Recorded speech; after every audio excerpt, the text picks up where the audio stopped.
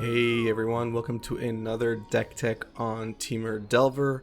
This is going to be the fourth and final competitive sub-archetype, I guess you can say, or variant of Temur Delver I'll be doing in this little series that I started about 4 weeks ago.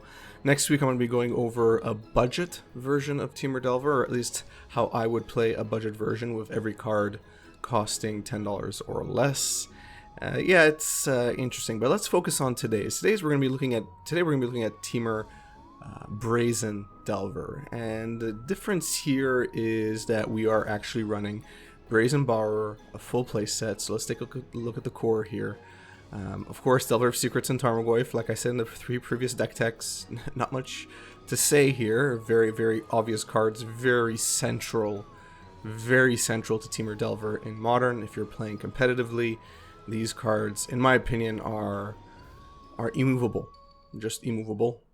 And I would very rarely play any less than 4. So that's that. Now we're looking at Brazen Borrower. So Brazen Borrower is interesting in the sense that you have main board answers to cards you would normally have to sideboard for. So you have main board answers for something as fringe as Ensnaring Bridge.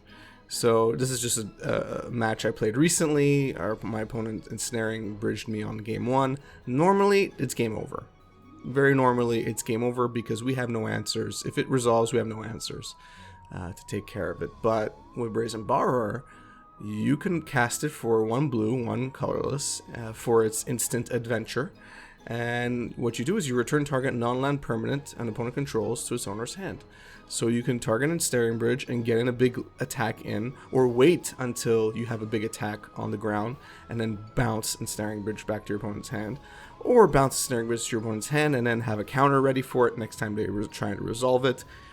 So this is just one of a million scenarios where Brazen Borrower comes in handy.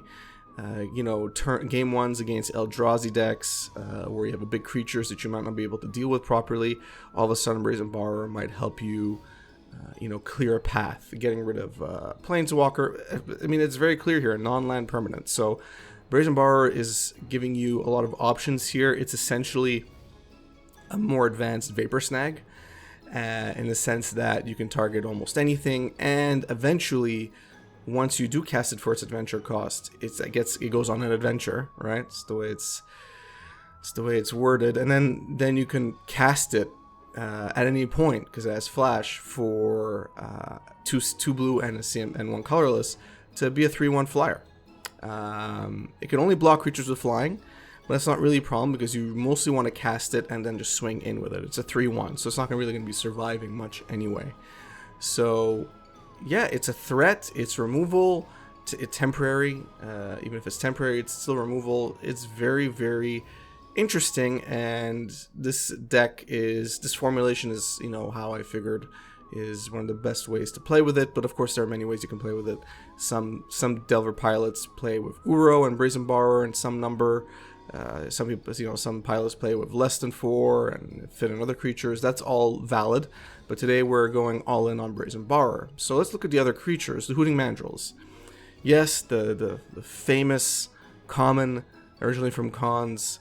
Hey, listen, it has Delve, it's a 4/4 with Trample. You're almost always casting it for 1 green, or maybe 1 green and 1 colorless. I don't know what else to say. It's such an awesome card. Jordan Boisvert originally called it Monkey Grow back in 2014 or 2015, and it was basically because of Hooting Mandrills. It's basically the basis of Temur Delver today. So yeah, you want to play 4 of, and I think it fits perfectly fine here.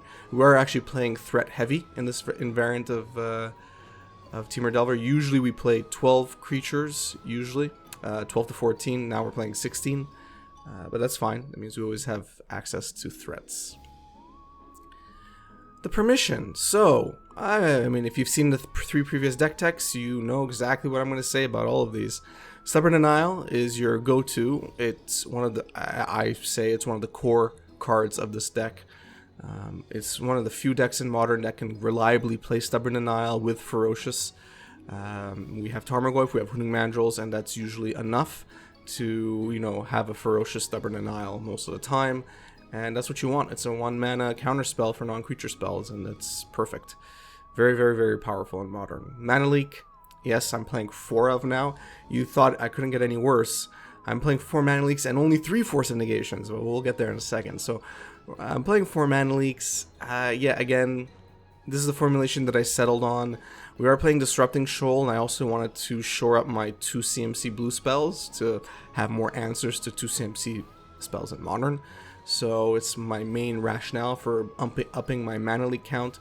Usually decks that are playing Disrupting Shoal, at least in Delver decks, you also have Snapcaster Mage, but I'm not playing Snapcaster Mage here. So Mana Leak is getting to 4 of here, and I don't think it's necessarily a bad thing, especially if you figure you're going to be pitching at least 1 to Disrupting Shoal. On next to Force of Negation. Yes, folks, it's not a mistake. I'm only playing 3. I know it's crazy, but I figure, listen, I'm also playing 3 Disrupting Shoals, can't get too crazy here, and we also need room for other spells, and we are playing 2 extra creatures, so I mean, imagine if we were only playing 2 Brazen Borrowers or 2 Hooting Mandrills, probably see 4 of it here, but we don't. We're not going to sacrifice threats in this case, so 3 Force of Negation and 3 Disrupting Shoal, that's your pitch package. I think in the shell does pretty good because you are playing quite heavy on blue, and you have Brazen Borrower to fill in that 3 CMC slot. So you basically have 1 through 3 covered in your deck, and that's most of Modern. So I think it's pretty good. The removal, Lightning Bolt. Next, cantrips. All right, so Serum Visions, one of your best cantrips in Modern. Don't leave your Delver deck without one, or without 4, I should say. Sleight of Hand, again, I feel is a great card. I don't think it technically cantrips by the definition, but whatever. You're looking at the top 2 cards of your library and you're picking one. Pretty powerful. You know, Serum Visions doesn't give you that option. It doesn't give you the option of what to draw right away. You just draw. Sleight of Hand allows you to draw. It's been helpful numerous amount of times. So 2 of makes sense here, and again, a good pitch target as well for Disrupting Shoal. Thought Scour, only running 3. In theory, if you prefer running 4 because of Hooting Mandrills, you could get rid of a Sleight of Hand or something. But I think 3 Thought Scours is perfectly fine. You're going to be filling up your graveyard, just fine with this deck. So not really something you need to be too crazy about. 3 is sufficient.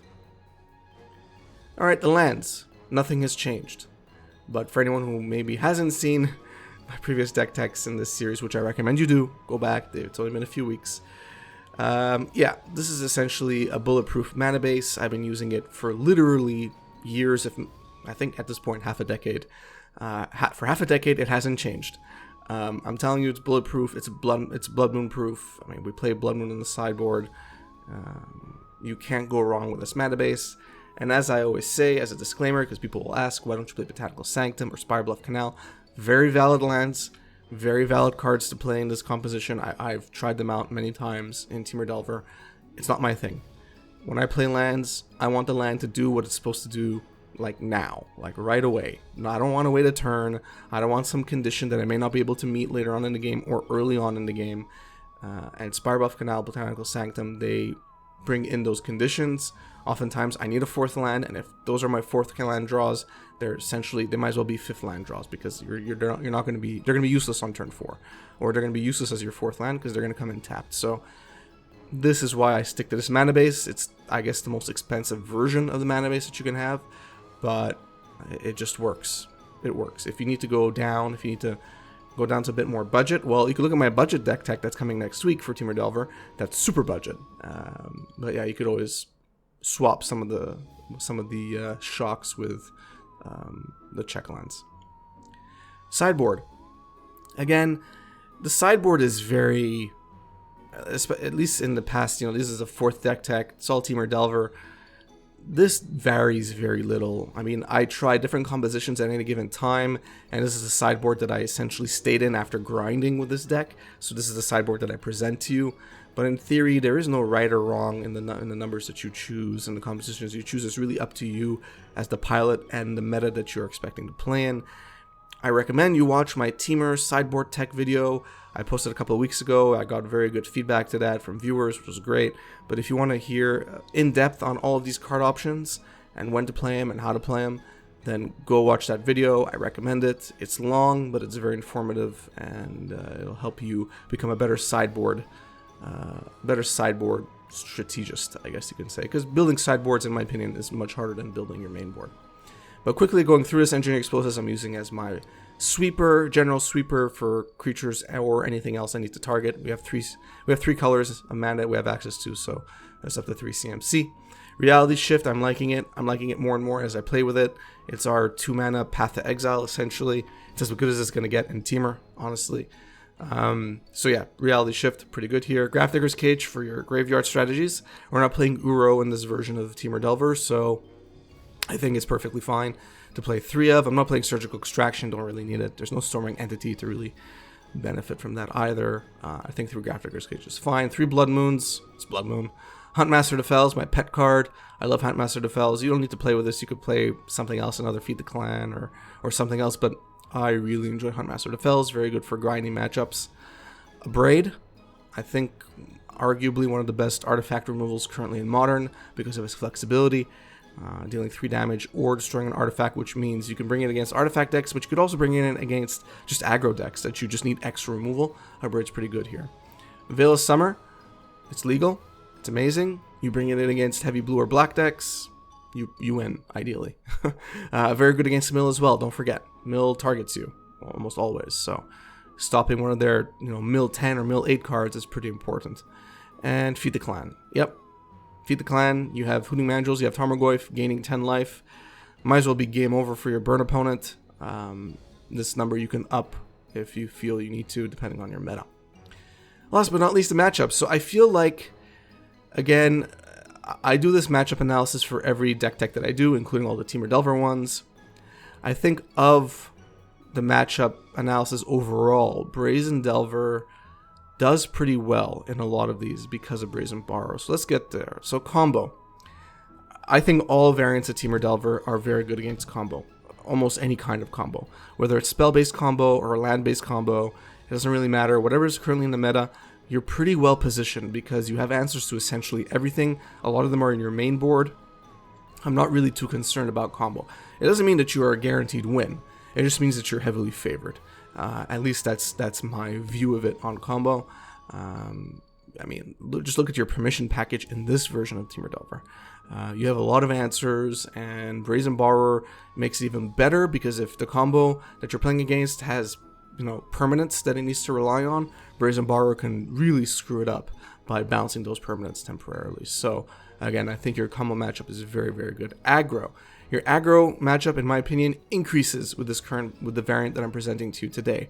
Brazen Borrower can help you bounce creatures that are getting in your way and then swing in with a big attack. Brazen Borrower adds extra threat, adds to your threat package in general. It flies in the air, so it's always going to be dealing 3, and most aggro decks don't fly in the air, except for Spirit decks and a few other decks there, but even then they only have 1 creature or 2 creatures that are up in the air. So I feel like this variant of Delver increases your chances of winning against aggro. Again, it's not a lock. There's no such thing as a lock. If there is, then your deck's going to get banned. So, but I believe our matchup win percentage goes up with this variant as well. Big mana, not much changes here, except Brazen Borrower can bounce, the big Eldrazi's or, Karn or Ugin. Although, to be fair, if Ugin lands, even with Brazen Borrower, they're still going to be able to get their ability activated, which means it's still probably going to be game over for you. But, still, it probably increases your chances of winning game 1 by a few percentage points because Brazen Borrower can get rid of those cards, even if it's temporary. So, yeah, keep that in mind, but I think big mana still doesn't going to be your ideal matchup. Dredge, oh, damn it. I meant not magic. All right, just forget I said dredge. Okay, so if you're playing against not magic, so again, not much changes, but again, you do have bounce spells a la Brazen Borrower, and you do have extra threats a la Brazen Borrower. So I think, again, it's going to be a toss-up. You have Disrupting Shoal, you have Force of Negation, but oftentimes dredge isn't casting. It's going to be the same. It's always going to be a mess. I still feel like this is going to be a sideboard game. Game 1, if you win, great. it's a big win if you win game 1, but if you don't, that's okay. You're really going to have to rely on your sideboard for game 2 and 3. Control, I think with the excess permissions that we're playing here, and the fact that we're playing Brazen Borrower, which Control traditionally doesn't enjoy playing against, again, I think our general matchup overall across all Temur Delver variants is okay. I feel like it's always going to be 50-50. It really depends if they have that turn 2 Stormforge, and if you don't have an answer for Stormforge and they get Batterskull onto the battlefield turn 3, then yeah, that's a problem. That being said, I still think, yeah, I mean, it's still going to be 50-50. Not much changes with Brazen Borrower, in my opinion. Maybe, again, there's a few percentage points increase in win chance or win rate, but it's hard to quantify, and I don't have the numbers scientifically to be able to prove it. It's just more gut feeling. Mid-range, again, Brazen Borrower making a big difference here. Traditionally speaking, mid-range decks are okay. They're okay matchups. You have to bring in sideboard cards to help you grind out a bit more easily. But most mid-range decks in Modern, they're playing black, which means they're playing very efficient removal, Fatal Push or whatever, and have hand disruption as well, that really screws you over. So if you're playing against mid-range, you're probably gonna have to side out some of your disrupting shoals or force of negations, because you don't want too many pitch cards against a deck that makes you discard, right? So you have to keep that in mind. But generally speaking, I feel like against mid-range decks, we're pretty good here. Again, Brazen Borrower can get rid of creatures that we don't want to see on the battlefield, and it also acts as an extra threat, putting extra pressure on our opponent, maybe acting as a lightning rod to, instead of our opponent killing our Tarmogoyf, they'll kill Brazen Borrower, although realistically speaking, they'll kill the Tarmogoyf, but you never know. So again, I'm all for it. I think, again, our win percentages increase with the Brazen Borrower package. And that's it. So that is the 4th and final competitive deck tech on Temur Delver. I started 4 weeks ago. I wanted to go through all the common variants that I see in the Temur Delver community, and I wanted to present them to you. So this is the 4th one. We did Temur Traverse Delver, we did Temur Hex Delver, we did Temur Uro Delver, and now we did Temur Brazen Delver. And all of these 4 deck techs showcase to you the different variants of Temur Delver. They also showcase to you the core and how much and how little also changes between one variant and another. There are a lot of pilots that try to, say, oh, I'm not going to play Tarmogoyf, or I'm not going to do this. But realistically speaking, there's a core. And if you've watched all 4 deck techs, you've seen a pattern now. There are some cards that are just essentially immovable. They're always going to be there. And that's not just my opinion. It's just how it is if you want to play Temur Delver efficiently in Modern. You just need your Delver of Secrets, you need your Tarmogoyfs, you need your Stubborn Denials, so on and so forth. So I really hope you enjoyed this deck tech. Stay tuned for one more next week where I show you budget Delver. I'm not too thrilled about it, but it works. So let's take a look at that for anyone who wants to do Delver on a budget and maybe start there and then grow as you have more money and you want to upgrade your cards. So that's what I present to you next week with some more matches. Stay tuned for matches today. I'm going to be posting 3 of them with Brazen Delver, so stay tuned for that. If you enjoyed the video, please give it a thumbs up. If you enjoy my content in general, please subscribe, hit the notification bell, follow me on Twitter. If you enjoy giveaways and winning them, you might also want to follow me on Twitter and subscribe to me on YouTube, because that's what you need to do to be the base minimum to have a chance to win. I do giveaways very often. It's part of the channel, so stay tuned for that. And of course, if you want to become a patron, link in the description. I upgraded the tiers recently. A big thank you to all my current patrons. Check out the tiers, because I think they're pretty interesting. You get to support the channel, and you get some of your money back at the end of every year in the form of mythics and rares that I send you. So check that out. Thanks, and have a good one.